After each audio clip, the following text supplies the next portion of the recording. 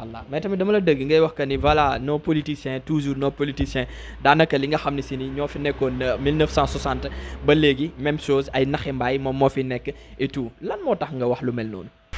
parce que li tax ñu wax ko mooy tey dañu nekk di ñu nax ñu paaseetul ñu nekk ci secteur bi nii de l'artisanat tey ñu mun cee compter artistes yi ci ñun la ñu bokk bu ñu signé benn contrat à travers le monde war a dem pour prestation donte du état mooy joxe visa mais mën nañ leen accompagner pour ñu jot seeni visa parce que nag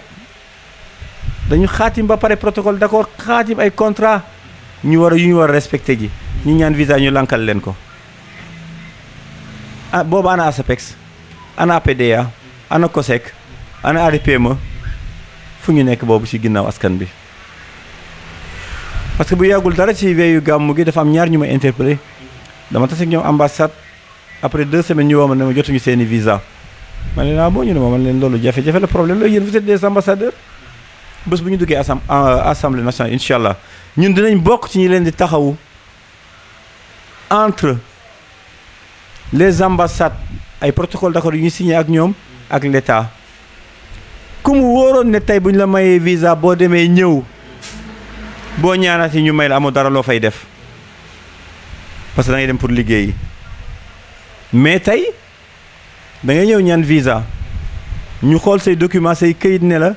li nga yor ci xaalis moo matul sa compte maanaam attanoo voyage bi moo tax mayu ñu la que la jóge fa la ñëw def ci compte am 100 millions xanaa kon kooku war nañ koo may parce que am na xaalis mais ñu ne ko ah yow de am nga xaalis mais duñ la may parce que gëm nañ ne boo demee doo ñëwaat ci noonu kooko daal di jël 5 millions dem jëndi visa kan moo ko jaay visa bi du ambassade bi wala ñun commerçant yi dañuy jaay visa wala artisan yi déedéet mais ba mu ko jaayee visa kon ñoom ñu ngi nekk en complicité sur les ventes de visa les ambassades nañ ko lijjantiwaat même bu fekkee ne dafa am ay démarcheurs yu nekk foofu nañ xam ñan la mais bañ la jaayee visa ba nga dugg ci biir dëkk ba yamuñu foofu mais ñu ngi lay tegaat yeneen daan yi ñu lay tegaat mooy ah bon ñan nga ñu visa ñu lankal la ko tey ñu ñëw xool la gis la suñu biir dëkk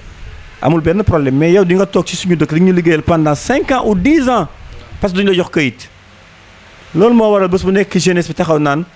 papa yaay sëriñ bi ñaanal ma yàlla ma mën a jot samay këyit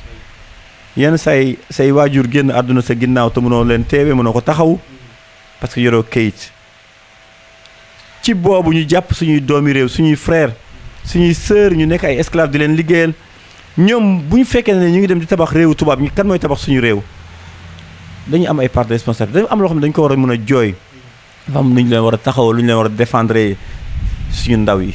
te loolu le grand rassemblement des artisans taxaw pour xeexal ko